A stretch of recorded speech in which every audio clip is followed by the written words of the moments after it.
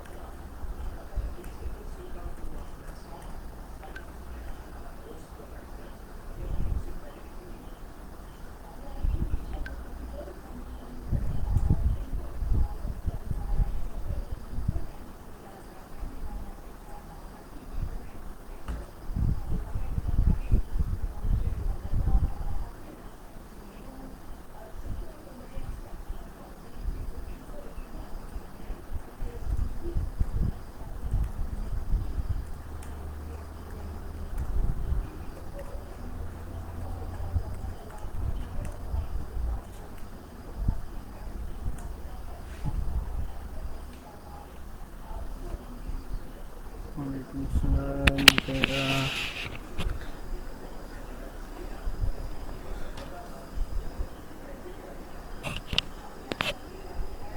Okay, insyaAllah kita akan mula sebentar saja lagi. Minta maaf sedang menguruskan sedikit isu teknikal sekejap.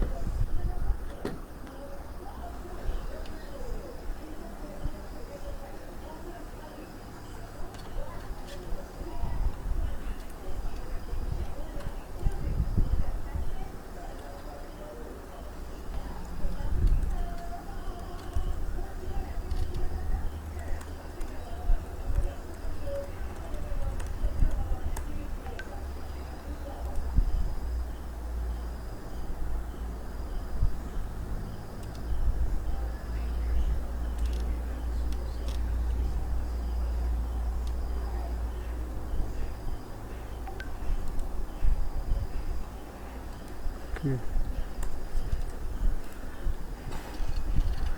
Okay, bismillahirrahmanirrahim. Assalamualaikum warahmatullahi wabarakatuh. Okay. Nahmaduhu wa nasta'inuhu wa nastaghfiruh wa na'udzu billahi min syururi anfusina wa min sayyiati a'malina. Man yahdihillahu fala mudhillalah wa man yudlil fala hadiyalah. Allahumma salli wa sallim ala sayyidina Muhammad wa ala alihi wa sahbihi ajma'in. Rabbi shrah li sadri wa yassir li amri wahlul 'uqdatam min lisani yafqahu qawli. Amma ba'd. Okay, baik, terima kasih semua.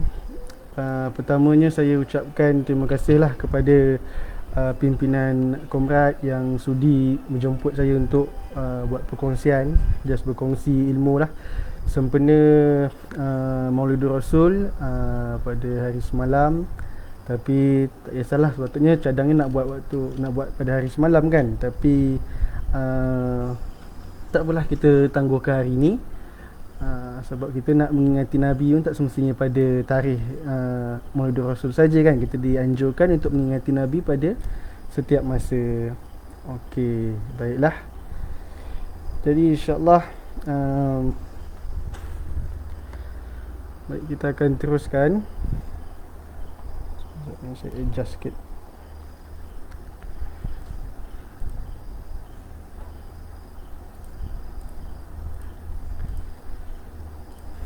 Okey.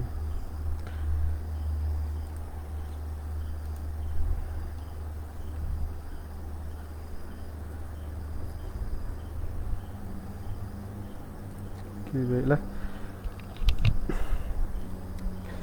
Jadi bila kita bercerita tentang Maulidur Rasul, okay, kerap kali kita dengar tentang perbahasan yang mengatakan Maulidur Rasul ni boleh ke kita sambut, ya? Maulidur Rasul ni bid'ah ke, sunnah ke? Jadi perbahasan tu telah lamalah berlalu sejak daripada dulu lagi, dan perbahasan ni seolah-olah tak akan berhenti, kerana sepanjang masa ataupun setiap tahun akan adanya orang yang akan mempersoalkan, okay, tentang keharusan untuk menyambut Maulidur Rasul ni. Okay, jadi saya tak nak bincang pasal perbahasan tu sebenarnya. Okay, cumanya saya cuma nak menceritakan sedikit lah tentang kronologi macam mana sambutan Maulidur Rasul ni kita mula menyambutnya. Jadi jika kalian pernah dengar, tentang seorang tokoh bernama Salahuddin Al-Ayyubi. Okay, Salahuddin Al-Ayyubi ni seorang sultan lah. Okay, sultan yang popular kerana dia merupakan penakluk kota Konstantinopel. Okay, jadi Sultan Salahuddin Al-Ayyubi ni, kita yang tahu, yang kita kenal dia ni seorang sultan lah, seorang pemerintah. Okay, dan dia ni juga boleh dikatakan sebagai ulama. Okay, beliau mendapat didikan oleh tokoh-tokoh ulama yang tersohor. Okay, kemudian keilmuan yang ada pada dirinya melayakkan beliau untuk digelar sebagai ulama lah. Jadi Sultan Salahuddin Al-Ayyubi ni, dia antara orang yang sangat bersemangat, okay, ataupun sangat gembira lah untuk meraihkan Maulidur Rasul ni, Maulid Nabi ni. Okay, jadi dia tercatat pada sejarah Islam pada tahun 1184 Masihi ataupun pada tahun 580 Hijrah lah. Okay, jadi apa yang dia buat, dia mengadakan satu pertandingan, okay, satu kontes di mana pertandingan tu menjemput para ulama seluruh dunia untuk menyanyikan syair, okay, yang berkait dengan puji-pujian lah kepada Rasulullah sallallahu alaihi wasallam. Okay, jadi pertandingan ini dimenangi oleh seorang ulama besar yang dikenali sebagai Syekh Ja'far Al-Barzanji. Okay, Syekh Ja'far Al-Barzanji. Jadi kalau kita pernah dengar perkataan Barzanji ni, actually Barzanji ni diambil daripada nama ni lah, nama Syekh ni, pemenang pertandingan tersebut. Okay. Barzanji. Sebelum ni saya sendiri pun saya ingatkan Barzanji ni satu perbuatan kan. Kita berselawat, okay, memuji-muji Nabi Muhammad sallallahu alaihi wasallam. Jadi rupanya Barzanji ni adalah nama tokoh ni. Okay. Jadi Sultan Salahuddin Al-Ayyubi ni dia memikirkan bahawa syair-syair yang menceritakan tentang perjuangan Nabi, memuji kehebatan Nabi, dia menaikkan semangat tentera-tentera dia.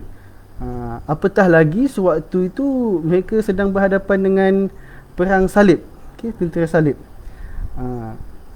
Jadi dia menggunakan momen Maulidur Rasul tu untuk memperingati perjuangan Nabi. Dia dapat mengobarkan semangat jihad pada tentera-tentera Sultan Salahuddin itu. Dan hasilnya pada tahun 1099 Masihi, tentera salib pada tahun 1099 Masihi itu, tentera salib dia berjaya merebut Jerusalem, okay? Dan mengambil Masjidil Aqsa lah. Tapi Sultan Salahuddin ni pada tahun 1184 beliau berjaya merampas kembali Masjidil Aqsa tersebut daripada Jerusalem, daripada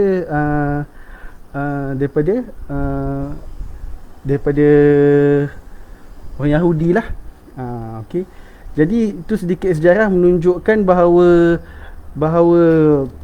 Sultan Salahuddin Al-Ayyubi sendiri yang kita kenal dengan ketokohannya, beliau seorang yang sangat beria dalam meraihkan Maulidur Rasul kerana manfaat yang ada padanya tu.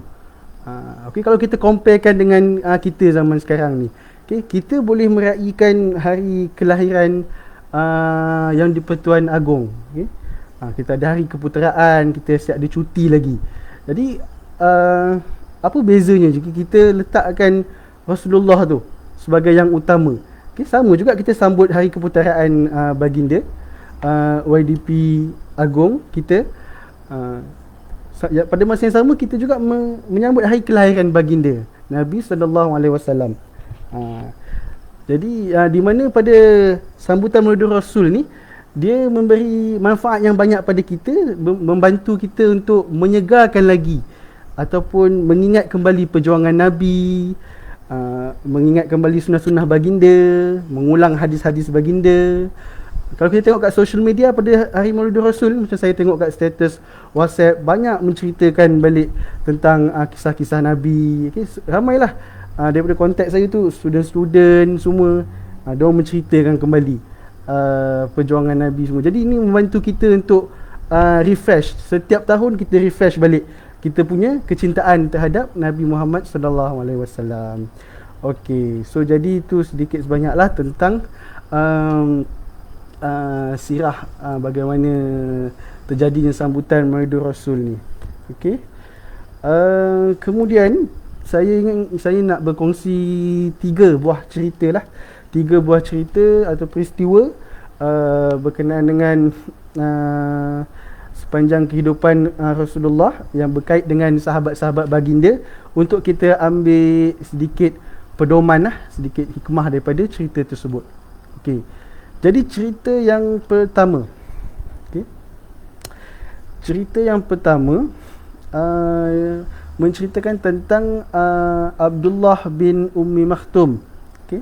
Abdullah bin Ummi Maktum ni adalah seorang sahabat baginda sallallahu alaihi wasallam.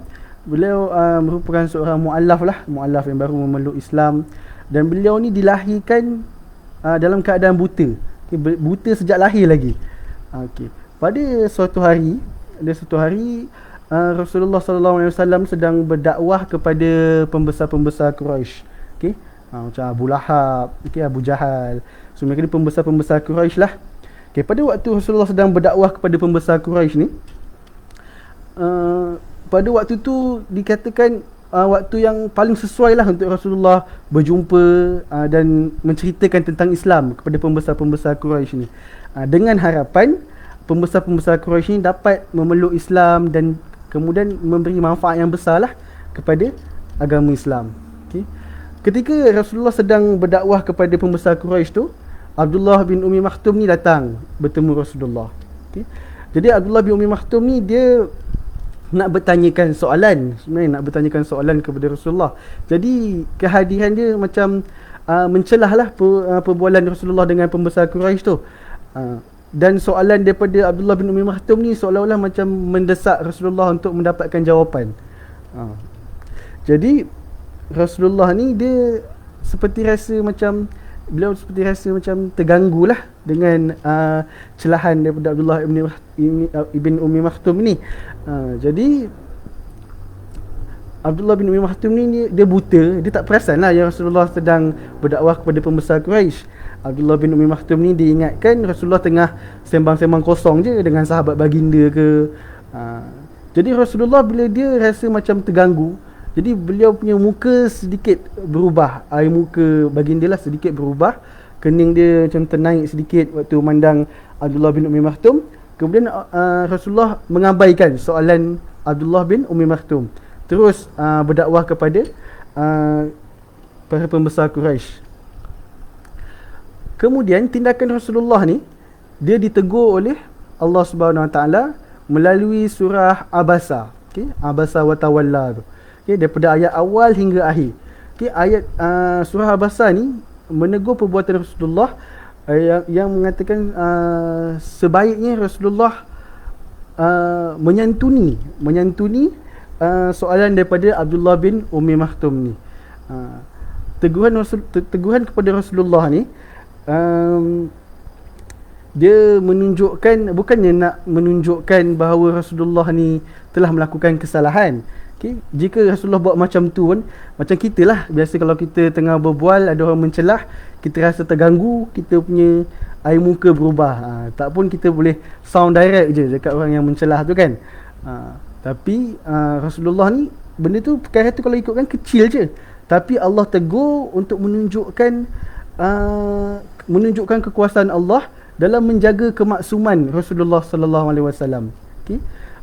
So benda tu sebenarnya tak berdosa pun, tapi Allah tegur sebab pengajaran daripada cerita tu dapat memberi hikmah kepada kita lah yang mendengarnya, yang mengetahui tentang kisah ini. Jadi pengajaran dia apa?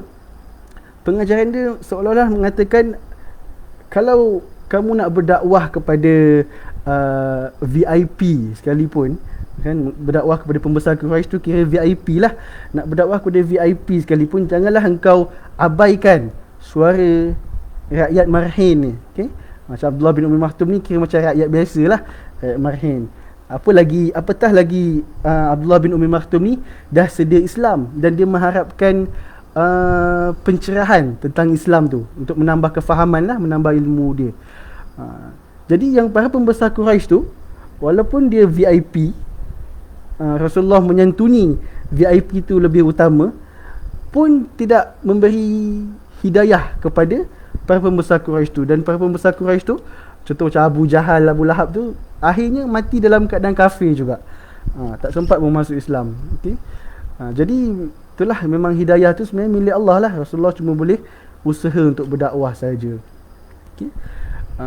Sebaliknya pengajaran yang dapat, jika Rasulullah menyantuni, mengutamakan Abdullah bin Umi Maktum ni, itu lebih bermanfaat lah sebenarnya, okay, dalam menambah kefahaman Abdullah bin Umi Maktum ni. Jadi pengajaran yang kita dapat lah, contoh macam Komrad, apa yang Komrad sedang buat, kan? Komrad berdakwah di perkampungan orang asli. Okay, jadi itu satu usaha yang baik lah. Means dakwah ni bukannya boleh berlega di kalangan kita sahaja, di kalangan VIP, tapi ada peranan yang dimainkan oleh Komrad untuk berdakwah kepada di perkampungan-perkampungan terpencil lah, masyarakat yang terpencil ni, yang sentiasa terasing daripada masyarakat luar sana. Jadi satu usaha yang bagus lah, dan pengajaran yang baik juga buat kita lah, untuk kita ambil daripada kisah Abdullah bin Umi Maktum ini tadi.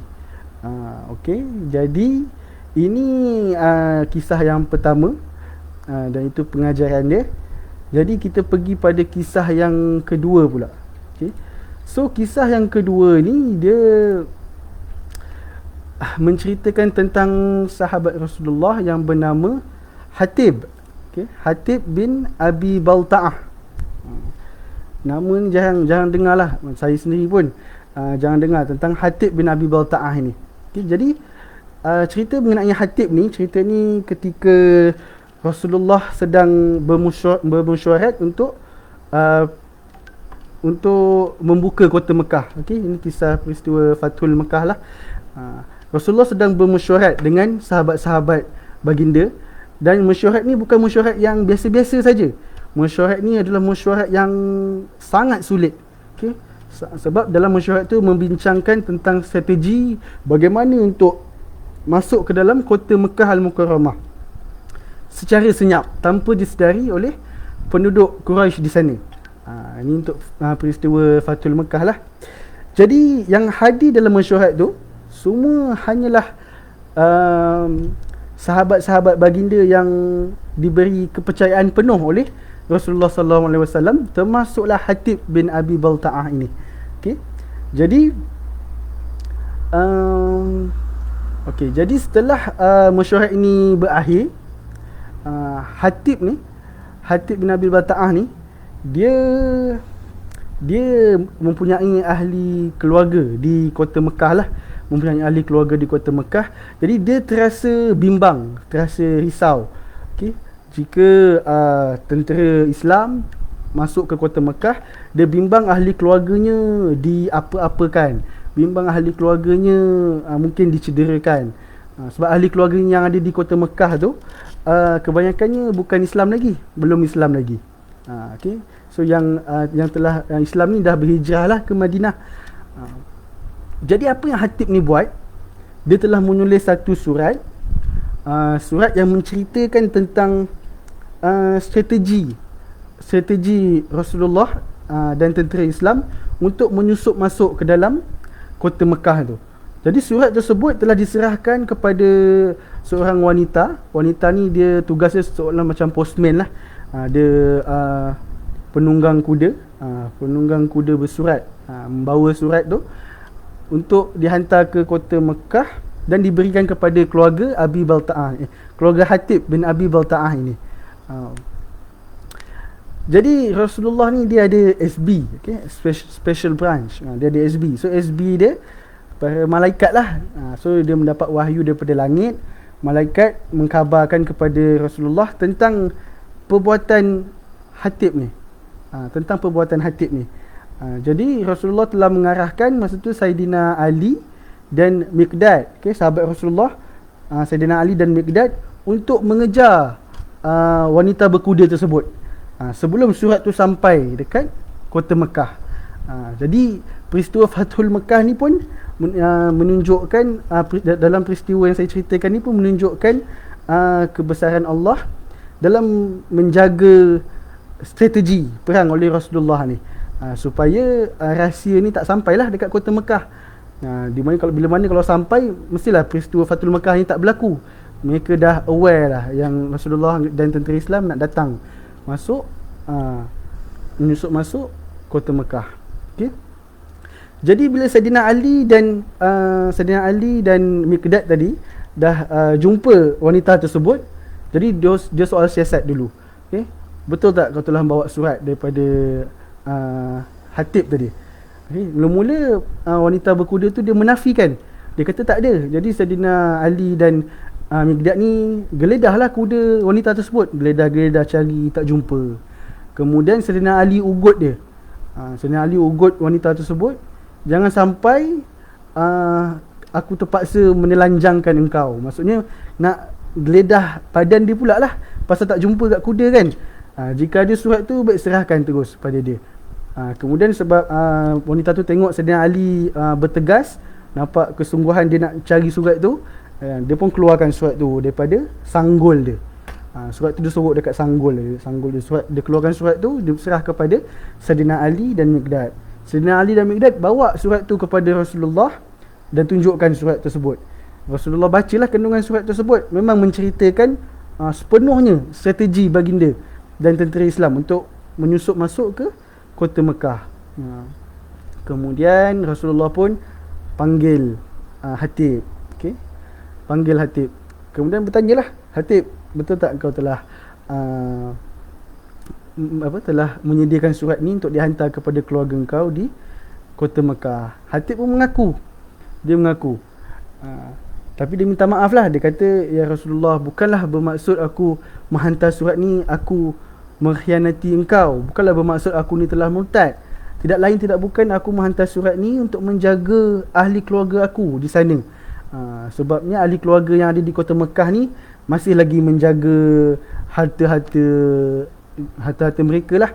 Ada ahli-ahli keluarga yang belum Islam lagi dekat kota Mekah, menjaga harta benda yang telah Islam lah, menjaga harta benda orang Islam yang telah berhijrah ke Madinah. Jadi hubungan diorang tu masih baik lagi. Jadi dia rasa macam masih sayang lagi lah dengan keluarganya. Sebab tu dia hantar surat tersebut. Apa yang mencabarnya waktu itu, waktu pertemuan Rasulullah dan Hatib tu, ada sahabat baginda di sisi baginda, iaitu Saidina Umar Al-Khattab. Okay? Macam yang kita kenal, watak Saidina Umar ni seorang yang garang lah, seorang yang tegas. Dia cakap, ya Rasulullah, ini pengkhianat Rasulullah. Dia pengkhianat, dia munafik. Izinkan aku untuk memenggal kepalanya. Saidina Umar terus nak penggal. Betul lah, kalau ikutkan tindakan Hatib ni, dah berlaku satu pengkhianatan lah. Bayangkan, benda yang memang dah dirahsiakan, dah dikatakan rahsia, sulit. Apatah lagi waktu mesyuarat tu hanya para sahabat yang dipercayai sahaja. Tapi boleh pula dia tulis surat untuk pecahkanlah rahsia tersebut. Jadi Abi Balta'ah ni minta maaf. Dia kata dia memang tak berniat untuk mengkhianati. Tak lain tak bukan sebab rasa sayang dia kepada ahli keluarganya di kota Mekah. Jadi Rasulullah menegur Saidina Umar. Wahai Umar, sesungguhnya Hatib ni merupakan ahli tentera Badar. Okay? So Hatib ni sebelum ni dia pernah join perang Badar. Okay, dalam perang Badar tu Rasulullah pernah berjanji bahawa siapa yang menyertai perang Badar ni akan diampunkan dosanya oleh Allah dan dijamin syurga. Okay? Jadi Rasulullah ingatkan Umar, wahai Umar, Hatib ni merupakan ahli tentera Badar yang telah berjasa kepada umat Islam sebelum ini. Okay? Dan aku telah menjanjikan siapa yang menyertai perang Badar, maka mereka ni akan diampunkan dosa-dosanya dan dijamin syurga. Jadi Hatib ini dimaafkan oleh Rasulullah. Okay? Saidina Umar bila dengar teguran Rasulullah tu, Saidina Umar menangis. Dia kata, wahai Rasulullah, sesungguhnya Allah dan Nabi-Nya lah dan Rasul-Nya lah yang lebih mengetahui. Okay? Biasalah Saidina Umar dia orang yang tegas, yang garang. So dia mudah dipengaruhi emosi dia. Okay, itu bahaya. So daripada cerita ni kita nampak macam mana kepimpinan Rasulullah tu dalam handle situasi tu. Okay?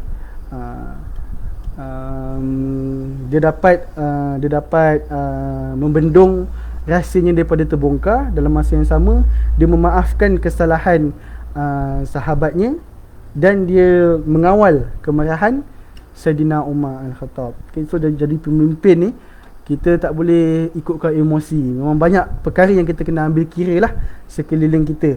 Okay? Okay. So itu yang pengajaran yang kita dapat daripada kisah Hatib ni. Okay? Matlamat dia tu memang baik, objektif dia baik. Dia nak menyedarkan ahli keluarganya supaya ahli keluarga dia aware dengan kedatangan tentera Islam, dapat bersiap sedia ataupun berjaga ataupun melarikan diri ke. Tapi matlamat tidak menghalalkan cara. Tetap apa yang dia buat tu adalah satu kesalahan. Okay? Okay. So tu adalah kisah yang kedua. Okay, mengenai Hatib bin Abi Balta'ah. Okay, jadi kita masuk pada kisah yang ketiga pula. Okay. So kisah yang ketiga ni dia menceritakan tentang 3 orang sahabat Nabi. Okay. Sahabat Nabi bernama Ka'ab bin Malik, Hilal dan Burarah. Okay. 3 orang sahabat Nabi ni. So cerita dia macam mana? Cerita ni waktu berlakunya perang Tabuk, Rasulullah telah menyeru semua sahabat-sahabat baginda untuk bersiap sedia untuk berperang, perang Tabuk. Jadi perang Tabuk ni merupakan satu perang yang besar jugalah. Dia merupakan perang terakhir, perang Rasulullah yang terakhir. Dan waktu ni mereka berhadapan dengan tentera Rom. Rom ni antara kuasa besar dunia lah. Kuasa besar dunia. Kemudian perjalanan untuk peperangan tersebut sejauh 800 km. Jauh. Dan cuaca waktu tu panas terik lah. Jadi perang Tabuk ni adalah satu perang yang sangat mencabar. Jadi untuk perang Tabuk ni, tiga-tiga sahabat baginda ni, nama Ka'ab bin Malik, Hilal dan Burarah, mereka bertiga ni tidak mengikut Rasulullah ke medan perang. Jadi mereka tidak ke sana, mereka adalah alasan-alasan tersendiri. Contohnya ada yang mengatakan bahawa mereka bakal menerima tetamu waktu perang tu. Mereka bakal menerima tetamu waktu tu, diuji pula dengan buah-buahan yang tumbuh segar. So ada yang kata nak menjaga kebunnya. So benda yang berunsurkan dunia lah. Jadi Rasulullah ni bila dia balik dari perang Tabuk, dia tahu sahabat baginda Ka'ab, Hilal dan Burarah ni tidak mengikuti ke perang Tabuk. Jadi Rasulullah panggil dia orang menghadap. Rasulullah mengatakan bahawa tindakan mereka tu satu tindakan yang salah lah, tak boleh diterima, dan mereka ni tidak akan terlepas daripada hukuman. Jadi apakah hukuman yang Rasulullah berikan pada tiga sahabat baginda ni? Rasulullah menghukum dia dengan mereka bertiga ni dipulaukan, dipulaukan oleh Rasulullah sendiri dan semua masyarakat Islam dekat situ. So mereka diseru supaya memulaukan ketiga sahabat ni selama 50 hari. So 50 hari tu lama tu, 50 hari. Mungkin kita rasa macam lah biasa je kena pulau 50 hari kan. Tapi kalau dari sudut kecintaan sahabat terhadap baginda ni, dipulaukan 50 hari tu satu penyiksaan dalaman tau, penyiksaan mental yang agak kuat lah pada mereka. Bayangkanlah kalau kita sendiri, kita ni terpaksa berpisah dengan orang yang kita sayang. Bukan berpisah lah, kita dipulaukan. Tak dapat nak berhubung langsung, tak dapat nak berjumpa selama 50 hari orang yang kita sayang. Siapa? Ibu kita ke, ayah kita ke, orang yang kita cinta ke. Pun kita dah rasa macam, ya Allah, terseksanya aku, kan? Ini kan pula Rasulullah sallallahu alaihi wasallam yang sangat-sangat dicintai oleh sahabat baginda ni. So pemulauan 50 hari ni satu hukuman yang agak berat bagi mereka bertiga ni. Apatah lagi sewaktu mereka sedang menjalani hukuman selama 40 hari. Selepas 40 hari, ada berbaki 10 hari yang terakhir ni, mereka disuruh pula untuk tidak mendekati isteri mereka. Bayangkan, seolah-olah hukuman tu macam ditambah pula. Jadi berbaki 10 hari ni mereka tak boleh berhubung pun, tak boleh nak berjumpa pun dengan isteri mereka sendiri. Jadi setelah 50 hari ni berakhir, keesokan harinya pada waktu subuh, Rasulullah terus berjumpa dengan ketiga-tiga sahabat baginda ni. Wahai sahabatku, sesungguhnya pada hari ini kamu semua telah pun dimaafkan. Dan tidak ada hari lain lah yang menggembirakan selain daripada hari tersebut kepada ketiga-tiga sahabat ni. Semua masyarakat Islam yang memulaukan mereka semua datang berkumpul, saling berpelukan. So pada peristiwa ni kita dapat ambil ibrah, itu bahawa sesiapa pun tidak akan terlepas lah daripada hukuman, walaupun orang tu merupakan sahabat baik baginda. Bayangkanlah sahabat sendiri pun tak terlepas lah daripada hukuman yang telah ditetapkan. Maksudnya tak pilih bulu lah. Macam contoh kalau ni member baik aku, kau lepas, tak payah dihukum. Okey. So menunjukkan satu pemerintahan yang sangat adil oleh baginda, dan hukuman yang berpadanan lah dengan apa yang mereka buat. Mereka tak adalah dihukum, dipenjarakan pun apa, cuma dipulaukan sahaja, tapi still hukuman tu consider berat lah kepada sahabat baginda. Jadi keadilan baginda ni kita boleh lihat dalam kisah sewaktu hukuman ni lah, tentang hukuman hudud dijalankan. Dah bermula hukuman hudud ni diperkenalkan. Rasulullah kata, andainya anak aku sendiri Fatimah mencuri, maka aku sendiri yang akan potong tangan Fatimah. Rasulullah bagi warning macam tu, nak menunjukkan bahawa hukum Islam ni yang dijalankan ni memang sangat adil dan siapa pun tak boleh terlepas. Bayangkan kalau andai kata sesiapa yang terlepas dekat dunia ni dengan hukuman tersebut, maka ke akhirat tak terlepas lah. Ke akhirat nanti mungkin kena hukuman yang lebih berat lagi. Okay. So itulah 3 cerita ataupun peristiwa ketika zaman Nabi Muhammad sallallahu alaihi wasallam bersama para sahabatnya lah. Sedikit sebanyak yang dapat dikongsikan. Jadi okey ke semua?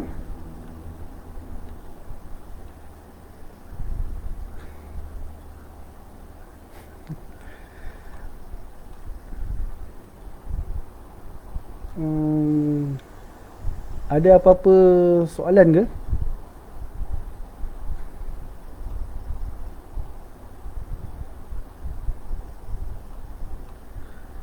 Okay, minta maaf lah sebab saya biasa menggunakan aplikasi Zoom ataupun Google Meet.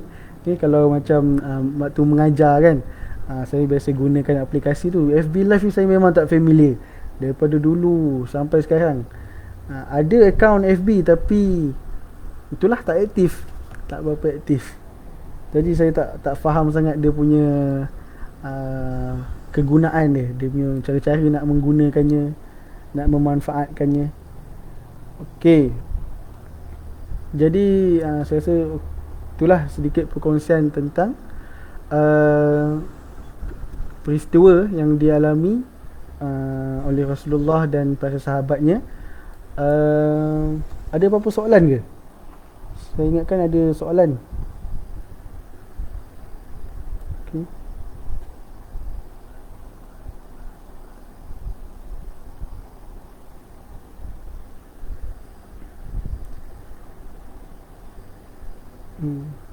Dalam FB Live ni saya tak tahulah saya yang tak reti ke ataupun macam ni. Saya tak nampak siapa yang view saya ni, siapa yang sedang tengok saya kan.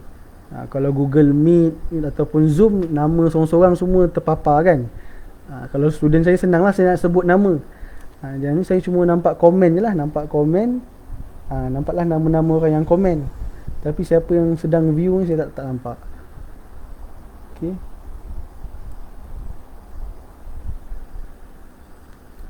Saya bagi masa sedikit kalau ada soalan apa-apa.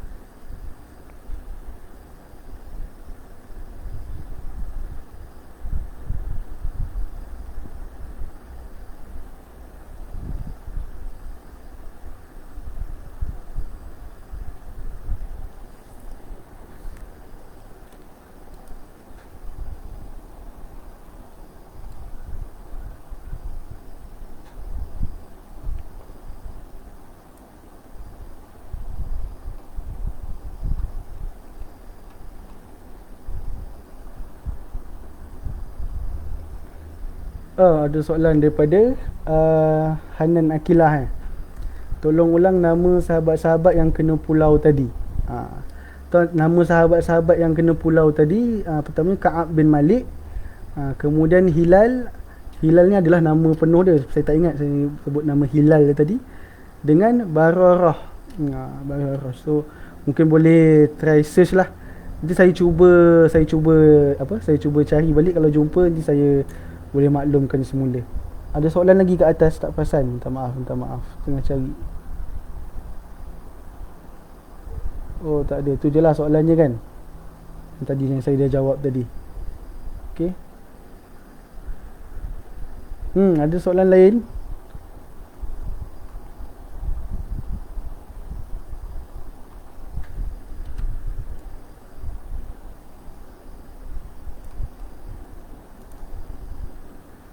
Hmm. Allahumma salli ala sayyidina Muhammad wa ala alihi wa sahbihi wa barik wasallim.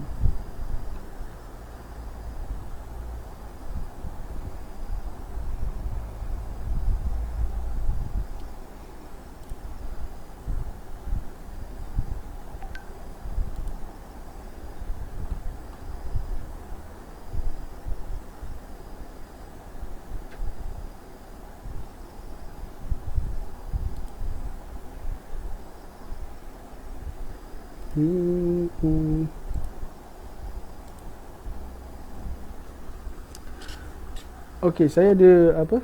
Terima satu soalan melalui WhatsApp. Okey. Sekejap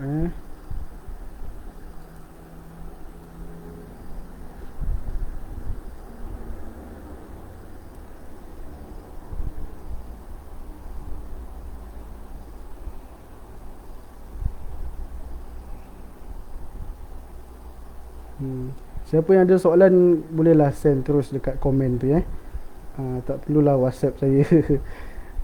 Nak kena buka WhatsApp. Okey. Dah mana dah soalan dia? Okey, ada dua soalan. Okey. So soalan yang pertama, saya baca soalan yang pertama dulu. Apakah yang dimaksudkan dengan rahmat seluruh alam? Okey. Rahmat seluruh alam. Okey. Jadi kalau kita tengok dalam surah Al-Anbiya ayat 107 yang berbunyi A'udzubillahi minasyaitonirrajim wa ma arsalnaka illa rahmatan lil alamin, dan tidaklah kami mengutuskan engkau, yakni Muhammad, melainkan rahmat bagi sekalian alam. Okey, bagi seluruh alam. Jadi apa yang dimaksudkan dengan rahmatan lil alamin? Okey, rahmat bagi sekian alam ini. Okey. Jadi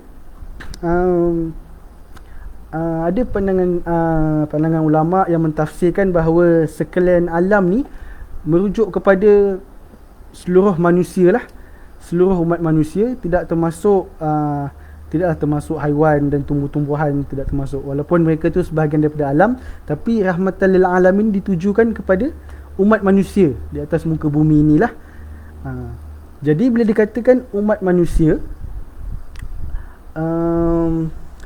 jadi tak kira sama ada orang tu Muslim ke ataupun non-Muslim ke, Rasulullah SAW ni tetap adalah rahmat bagi mereka. Okay? Jadi terpulang kepada kita umat manusia ni, bagi siapa yang menerimanya, bagi siapa yang beriman, maka mereka akan menerimalah rahmat ini dan mensyukurinya. Tapi pada yang tak menerimanya, especially non-Muslim, maka mereka akan mengingkari rahmat ini, dan maka dia je lah yang rugi di dunia dan di akhirat. Okay? Jadi rahmat untuk sekalian alam ni, kita bukanlah hanya lihat kepada sosok tubuh baginda Nabi Muhammad SAW ni sahaja. Okay? Tapi bila dikatakan rahmat untuk kita semua ni, bermaksud Rasulullah SAW ni dia memberi satu contoh. Okay? Satu contoh yang terbaik, cara hidup yang terbaik, merangkumi segala kategori manusia. Okay, contoh saya bagi, Rasulullah ni adalah contoh sebagai bapa, contoh yang terbaik sebagai bapa. Rasulullah ni juga adalah contoh yang terbaik sebagai pemimpin. Beliau adalah contoh terbaik sebagai ahli politik contohnya. Baginda juga adalah contoh terbaik sebagai seorang sahabat. So banyak benda yang kita boleh ambil contoh daripada baginda. Okay, daripada awal kehidupan kita, contoh kita bangun tidur, semua sunnah-sunnah baginda dah diberitahulah, dah dikabarkan. Bagaimana dengan adabnya kita bangun tidur, kita makan, kita minum, kita mandi, kita menguruskan kerja-kerja seharian lah. Kita nak keluar rumah, nak bekerja. Rasulullah juga contoh yang terbaik sebagai seorang businessman, betul. Jadi melibatkan muamalah dengan manusia. Jadi kita semua boleh ambil, tak kisah kita ni siapa, kita ni bekerja sebagai apa. Memang Rasulullah SAW ni boleh dijadikan role model, okay, dalam kehidupan kita. Untuk kita menambah baiklah akhlak kita, adab yang kita boleh pelajari lah daripada sunnah-sunnah baginda. So itu yang dikatakan sebagai rahmat buat sekalian alam. Okay. Tidak terhad kepada Muslim, juga kepada non-Muslim. Okay. Ada juga non-Muslim yang begitu kagum, okay, begitu kagum dengan baginda sallallahu alaihi wasallam. Okay. Ada juga non-Muslim yang mencontohi sikap dan akhlak baginda. Cuma mereka belum dikurniakan hidayah lagi. Okey.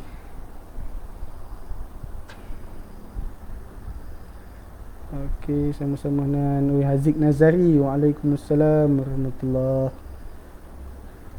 Tadi saya baru baca satu soalan kan. Okey, ada satu lagi soalan. Sekejap, saya kena baca balik. Apa soalan ni tadi?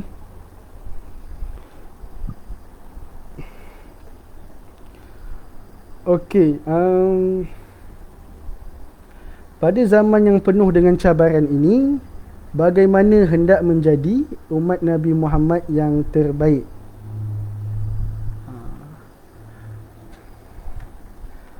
Okey, so pada zaman yang makin mencabar ni lah, bagaimana untuk kita menjadi umat Nabi Muhammad sallallahu alaihi wasallam yang terbaik. Okey. Jadi untuk menjadi umat kepada Nabi Muhammad sallallahu alaihi wasallam yang dikategorikan sebagai umat yang terbaik lah, kita boleh tengok pada satu hadis. Okay. Hadis ni dia mengatakan tentang keindahan akhlak lah, keindahan akhlak.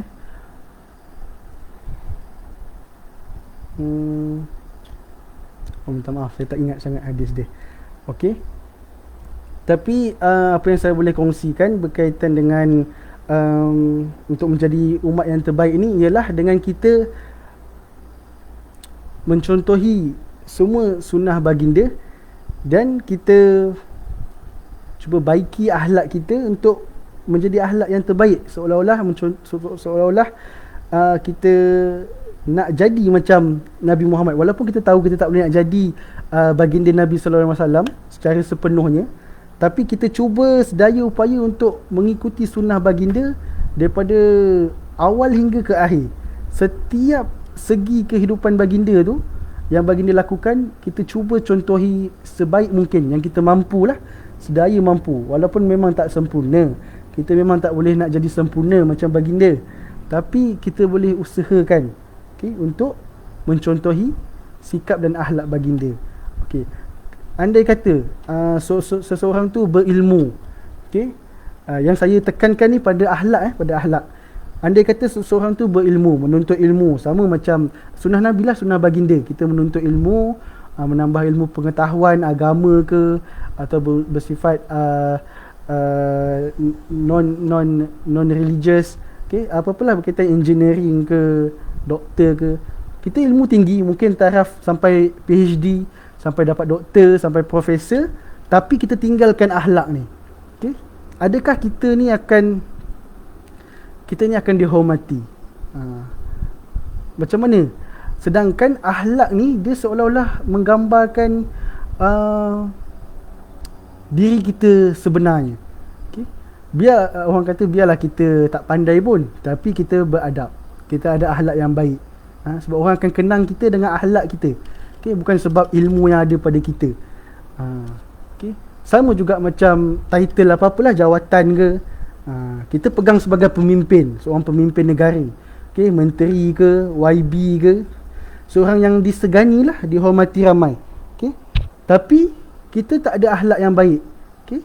Adakah kita mengharapkan masyarakat menghormati kita sebab kita hanya sebab kita ada title jawatan tertentu, tapi akhlak kita ke laut, tak ke mana? Okey. Jadi nak katakan sebenarnya nak dapatkan, nak jumpa seseorang yang punya akhlak yang sangat baik, seolah-olah kita tengok dia tu, kita macam mengingatkan kita kepada baginda Nabi Muhammad sallallahu alaihi wasallam. Okey. Saya bagi contohlah, kalau kita tengok Habib, kamu semua pun kenal Habib Nurmagomedov. Okey. Seorang petinju kelas ringan, okey, lightweight, petinju UFC. Famous lah Habib ni, saya tak payah cerita pun tak apa kan, kamu semua kenal kan Habib ni. Okay, bayangkan apa yang dia buat tu sebelum masuk ke gelanggang. Okay, dia berdoa, menyerahkan segala-galanya kepada Allah, dan dia tunjuk apa yang dia buat tu bukanlah satu perbuatan yang kita tengok dia macam dibuat-buat, tapi tidak lain tidak bukan itu adalah tabiat ataupun kehidupan seharian yang dijalani begitu. Itulah dia panggil tabiat kan. Benda tu dah biasa, sampai ke benda tu secara automatik lah, automatik dimainkan begitu. Jadi kita tengok dia punya penyerahan diri kepada Allah sebelum bertanding, selepas bertanding menang, ucapan pertama diucapkan Alhamdulillah. Okay? Dia cakap I am nothing, okay? Allah is everything. Semua yang dia buat ni, kekuatan yang dia ada, kelebihan yang dia ada, semua tu Allah yang bagi, Allah yang pinjamkan. Kita dapat tengok akhlak dia, macam mana dia menyantuni ibu bapa dia, dia sangat respect, yang sangat mengagungkan bapanya. Dia meninggalkan UFC bersara kerana semata-mata dia nak meluangkan masa dengan ibu dia. Itu saya tengok, saya ataupun kalian sendirilah lihat, senang ke nak jumpa orang macam Habib ni? Okay? Dan lagi kat dunia akhir zaman ni, susah kan? Memang susah nak jumpa. Jadi kita tak boleh nak jumpa, why not kita cuba jadi macam dia? Kita tahu susah nak cari orang baik sekarang, kita start dengan diri kita sendiri, kita usaha nak jadi baik. Okay? Dan saya ingat sebaik-baik manusia adalah mereka yang memberi manfaat kepada orang lain, dan sebaik-baik manusia ialah mereka yang berakhlak mulia. Dan mereka yang berakhlak mulia ni pada akhir zaman ni memang sangat susah nak cari. Bayangkanlah pada saat-saat krisis COVID-19 ni kan, seolah-olah manusia ni banyak yang mementingkan diri sendiri. Yelah, memang ekonomi makin merudum.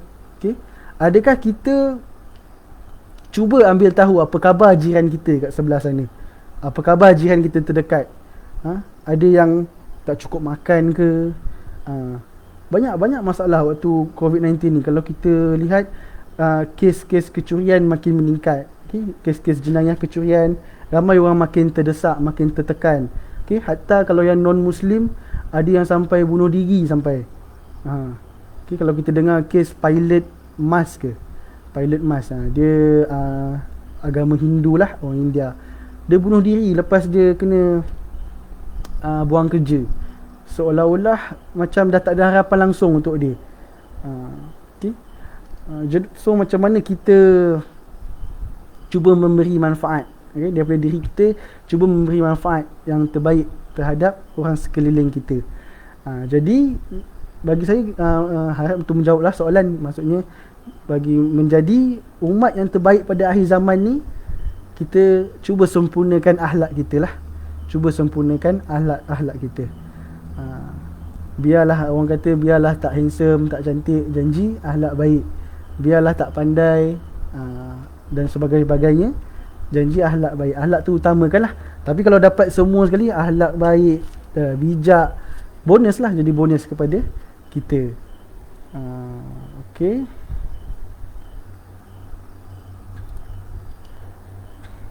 Saya kira macam dah nak dekat sejam kot. Aduh, Ansar.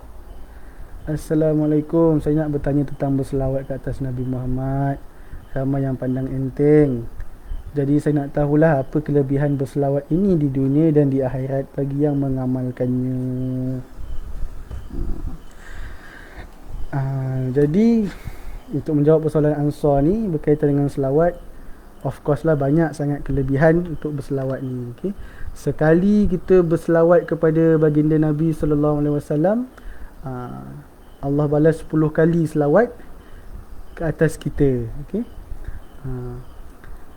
Maksudnya kita berselawat kepada baginda ni, kita mendoakan kesejahteraan baginda, ahli keluarga, para sahabat baginda di akhirat sanalah. Sebenarnya kita mendoakan baginda ni, kita sama macam kita mendoakan diri kita sendiri sebenarnya. Okay? Tak lain tak bukan kelebihan dan manfaat dia berbalik kepada diri kita. Okay? Jadi kalau kita luangkan masa untuk mengingati baginda, pertamanya dia membantu kita mendekatkan dirilah pada baginda. Okay? Sebaik-baik tempat ke akhirat sana, kat syurga sana, bila kita dapat bersama dengan baginda Nabi sallallahu alaihi wasallam, okay, di syurga yang tertinggi. Kita doalah, kita minta sama-sama moga-moga kita ni digolongkan dalam kalangan mereka yang ditempatkan bersama para nabi Muhammad, para nabi dan juga nabi kita yang kita sayangi, Nabi Muhammad sallallahu alaihi wasallam di syurga sana. Okey. Antara cara ni ialah dengan perbanyakkan selawat lah. Makin banyak kita selawat, kita macam makin mendekatkan jarak kita dengan baginda tu, kita makin mendekatkannya. Okey. Okey. Lampu saya dah habis.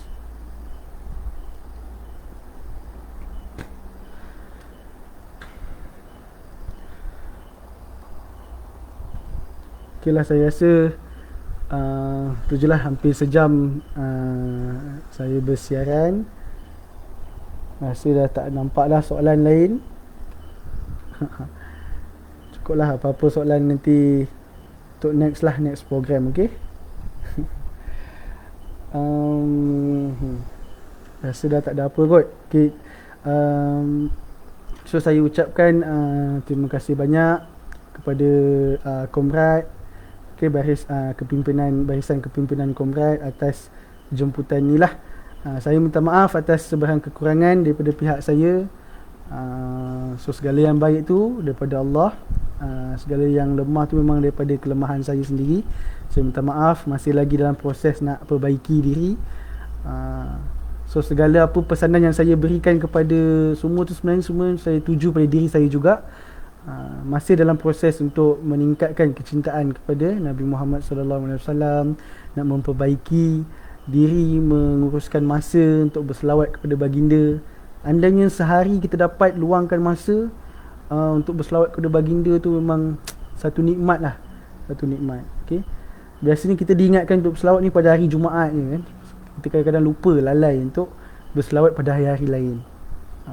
So kita cubalah kalau dapat bangun-bangun pagi utamakan selawat pada Nabi baginda sallallahu alaihi wasallam. Petang, so siapa yang amalkan almat surat pagi dengan petang memang dah terkandung lah dalamnya selawat ke atas baginda Nabi, juga zikir dan doa-doa lain. Itu satu amalan yang bagus lah kalau kita sama-sama dapat amalkan. Saya ingat dalam Komrad ni kan, dalam program Komrad, setiap pagi lepas subuh dan lepas asar, kadang tak sempat lepas asar, kita buat lepas maghrib kan. Seronok sangat baca almat surat ramai-ramai. Okay. Lama dah tak berprogram lah dengan Komrad ni. Ada rezeki insyaAllah bila keadaan dah makin reda, harap sangat dapat join program Komrad lagi lah. Jangan lupakan saya walaupun saya dah berkahwin, insyaAllah semangat semangat nak berprogram tu masih ada. Okey lah, saya rasa setakat tu saja untuk perkongsian pada malam ni. Kita tutup majlis kita lah dengan tasbih, kafarah dan surah Al-As. Okay, bismillahirrahmanirrahim. Subhanakallahumma wa bihamdika asyhadu an la ilaha illa anta astaghfiruka wa atubu ilaik. Bismillahirrahmanirrahim. Wal 'asr innal insana lafi khusr illa alladhina amanu wa 'amilus solihati wa tawassaw bil haqq wa tawassaw bis sabr walhamdulillahirabbil alamin. Okay, terima kasih semua. Sekian, assalamualaikum warahmatullahi wabarakatuh.